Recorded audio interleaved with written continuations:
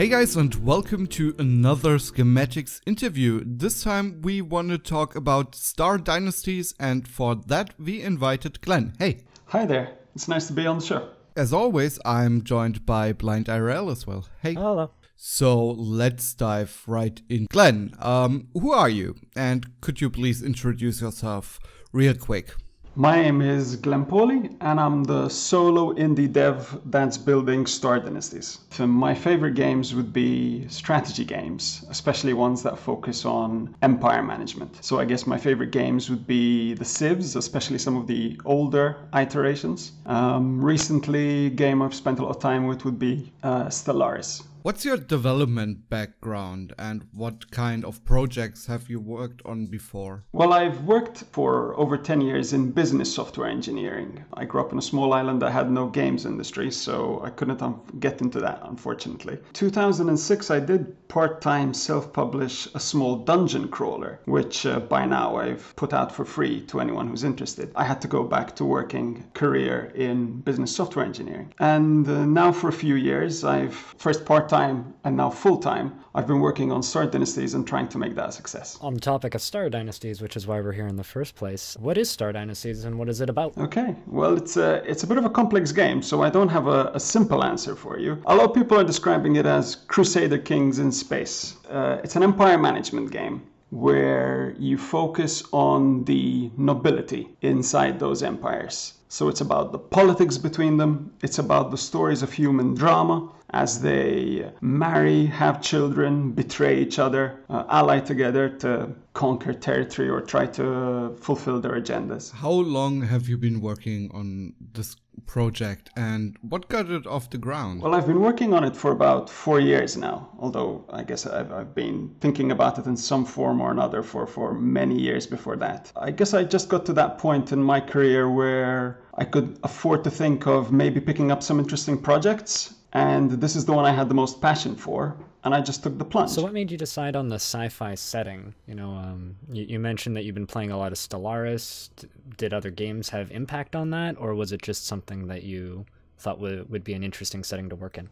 Well, first of all, I do really like sci-fi in general. I mean, especially when sci-fi has been mixed with like feudal tropes, like in Dune or in Asimov's Foundation. But primarily, I picked sci-fi as a setting because it's a great canvas on which to design a game without being kind of hand-tied by exactly what happened in history. It kind of gives you the freedom to solve some design issues in a way that fits the game. So I've got a good example for you.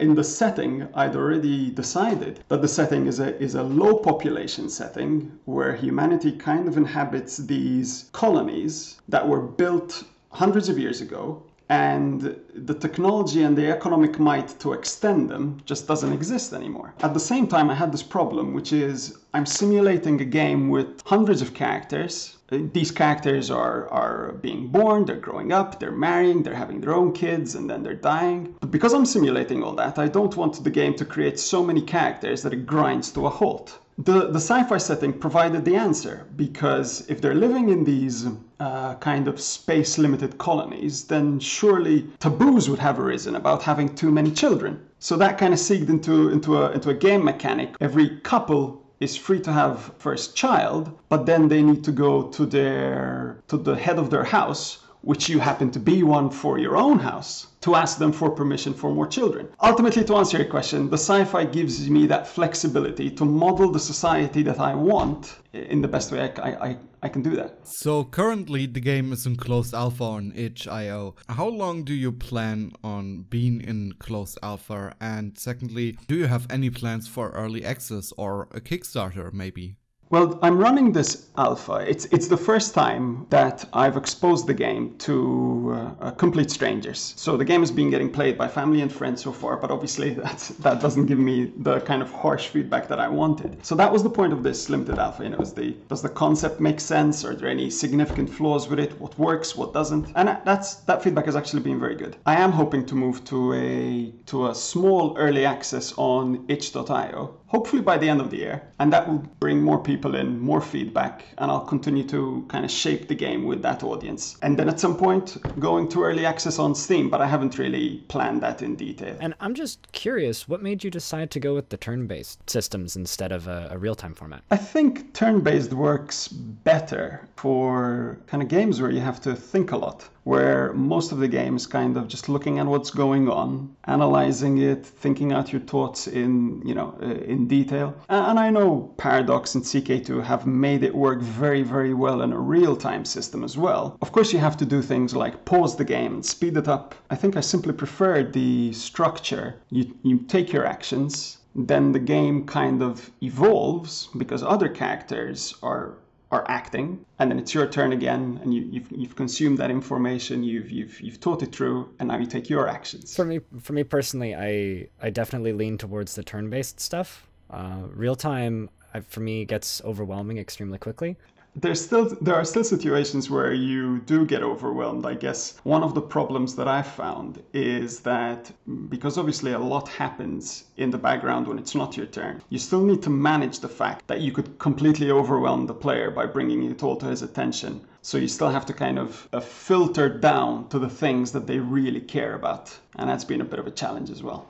So we kind of talked already a little bit about your inspirations, and I think everyone's clear of them. I wonder, what are some specific elements you are planning to borrow from the games that you have influenced by, and how do you plan to implement them, if any? Okay, the core of the game, where you've got the nobility of this world that's modeled as a set of characters. Events happen to these characters that are presented to you as pop-ups that you consume, or maybe they have a decision that you need to go one way or the other, and like stats change, and your characters, their story evolves over time. That's obviously inspired by CK. And also the core of the character model. Characters are described as a set of traits and their opinions of each other. That's also inspired there. But then I've taken the character model significantly forward from there. So for example, characters also have a happiness, and that's influenced by the emotions they have based on what's going on in the world. So something bad happens to them, they're sad, or something bad happens to someone they like, and they get sad or happy. And that's more taken from systems like Sims. And there's also an empathy model that influences these characters. So if I hurt a character, if I attack them or do something that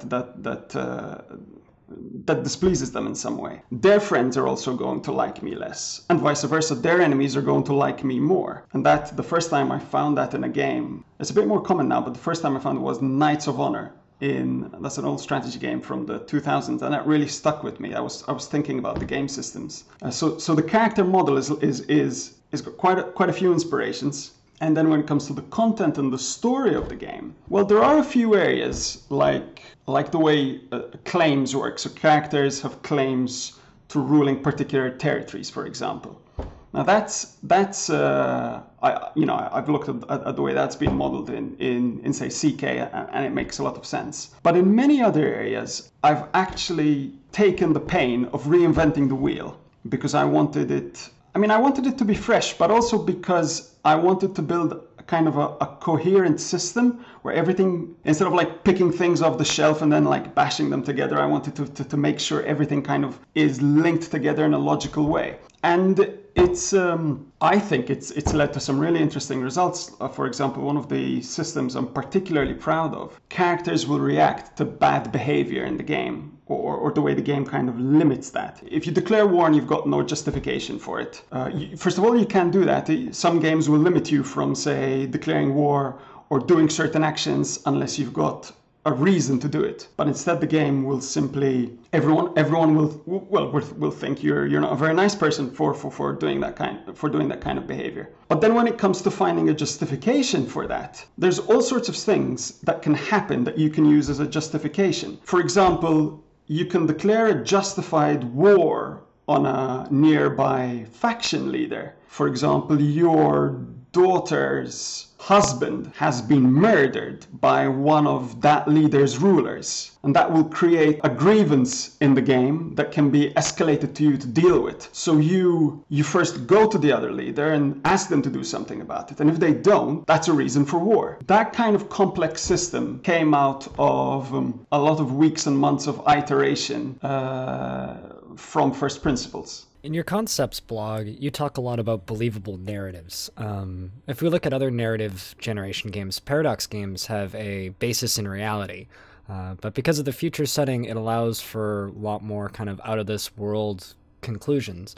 Did you find it difficult to keep the narratives believable when you have such like an out-of-this-world setting, I guess? I guess I didn't start from the sci-fi setting first and then try to kind of shoehorn the believable narratives in. I'm very clear that the core of the game is believable narratives in a feudal society. The core of the game is about the politics of trying to gain territory and influence powerful people. And it's about stories of the human condition, like obviously marriages and I mentioned betrayals, having children, raising children, those kind of stories. So because that's the core focus, and then the sci-fi elements essentially are the specific ways in which a particular combat might happen or a particular crisis might arise. So a ship might enter your personal system space and it sends out an SOS, and that's something you have to deal with.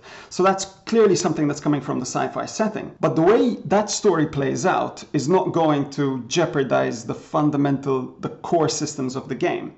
This is actually something I've really taken pains to. So for example, one thing that's very common to sci-fi settings would be aliens. It's very hard to see how you could have aliens, how you could introduce aliens into this kind of world, into this kind of society, that kind of advanced civilization. Well, when it encounters a feudal, more traditional society, the feudal traditional society is probably going to suddenly become more advanced quite quickly. You're going to start getting, like the limitations that I talked about expansion, they would start to go away. And you would start to get economic systems that are more modern, more capitalist. So I'm not going to introduce that because I want to preserve those core narratives that the game is all about. And instead of I'm going to put in aliens, one excellent piece of feedback I've had from the alpha that I'm running was a suggestion that maybe aliens could be like the nameless terror in the dark that plagues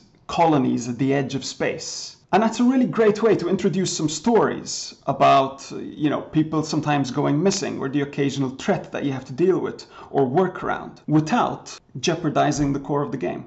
I kind of wonder how the game is played. You talk a lot about story building, obviously, and I wonder how much time will you spend in combat and how will combat affect the storytelling? You kind of already talked a little bit about that, but maybe you can go a little bit deeper here. So as I said, the game kind of cycles between you having your turn and then the game bringing you up to speed with the most important things that have happened from all the actions that other characters have taken. And when it's your turn, you choose from the actions you can take an action point dynamic, and that's kind of modeling the fact that you're a single character in this game and you've got limited time.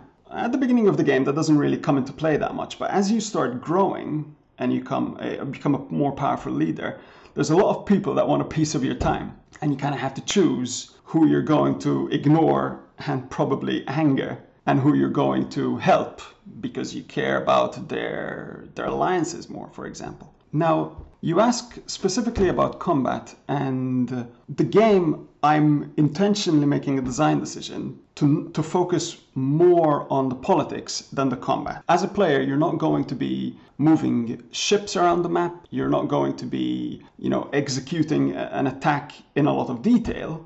Instead, what you're going to be thinking about is more, well, who's going to help me when I attack that system? Or if I get attacked in this system, will this other leader that's on the border, will they come to my help? Do I need to improve my relationship with them? Make sure I've got that in the bag in case I get attacked by this other guy who's belligerent towards me. And even as I add more content to the combat system, that's kind of my focus. The storytelling, that's on the level of, for example, a character died in combat, or you pick a particular general to lead a fight, and then that opens up the possibility that for whatever reason they're indisposed, and you might be at a key moment in your campaign and your armies are in place, but you don't have anyone really capable to take that final step. Or perhaps the general that has led a string of fights has gained so much status that now they could be a rival. Even when it comes to the combat, I'm more interested in telling those kind of stories than necessarily in the pure mechanics of ship-to-ship combat. So we've kind of come to the end of our list of questions here. So this is a opportunity now for you to tell people where they can find Star Dynasties, potentially get involved with your alpha, or once you open it up to more people. And shout out yourself and tell people where they can find your work. The best place to go would be the website, which is stardynasties.com.